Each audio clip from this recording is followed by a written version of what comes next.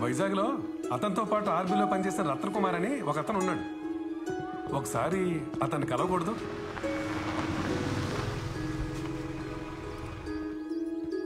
Excuse me, Ratnakumar గారు లేదనా? అవునండి. ఒకసారి కలవచ్చు.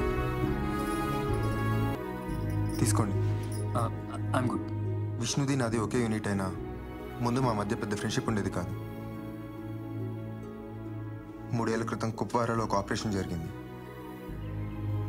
కొంతమంది టెర్రరిస్టులు ఒక ఇంట్లో చొరబడ్డారని, ఆ ఫ్యామిలీని బందీలుగా తీసుకున్నారని తెలిసింది.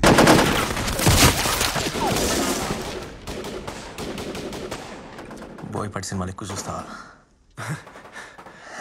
అది కమర్షియల్, ఇది అసలు సెసల్.